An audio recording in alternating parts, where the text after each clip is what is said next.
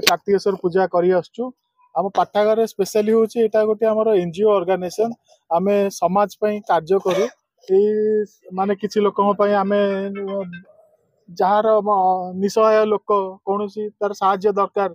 किए मरीगला कि कहार लोक ना हस्पिटाल तार साहाय्य दरकार आमर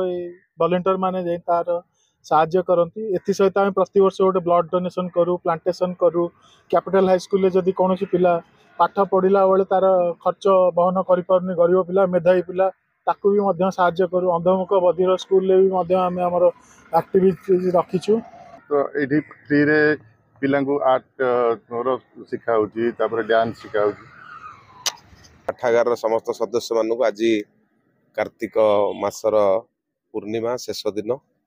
आज पाठागार तरफ ये अंचलवासी आज श्री अन्नर व्यवस्था करा जायछि समस्त को अन्न प्रसाद सेवन व्यवस्था करा जायछि वितरण करा जाउछि तांको धन्यवाद देवी पाठागार एभली एक संगठन जी केवल पूजा करिक निजको सीमित रखी ना विभिन्न सामाजिक कार्य साथी से निजको सामिल करिसंती रक्तदान शिविर कथा हो वृक्षरोपण कथा हो विभिन्न सामाजिक कार्यक्रम से निजको सामिल करिसंती तेणु पाठघर गोटे